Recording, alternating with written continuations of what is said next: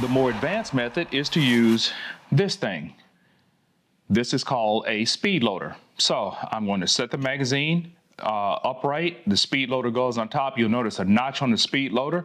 I'm going to push that down. That notch on the speed loader pushes the follower out of the way, and I can just slide the bullet in, and then I'm going to release the speed loader and seat the bullet.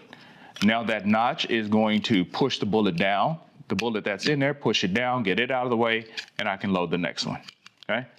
And I'm just going to continue that process, pushing against the table until I get all of my rounds loaded. This speed loader will save your thumbs. Okay, again, however, you do need the ability to load a magazine without the speed loader. So sometimes that is just a matter of practice. The more you do it, the stronger your hands get, the tougher your thumbs get, and you can start to press that down and load it.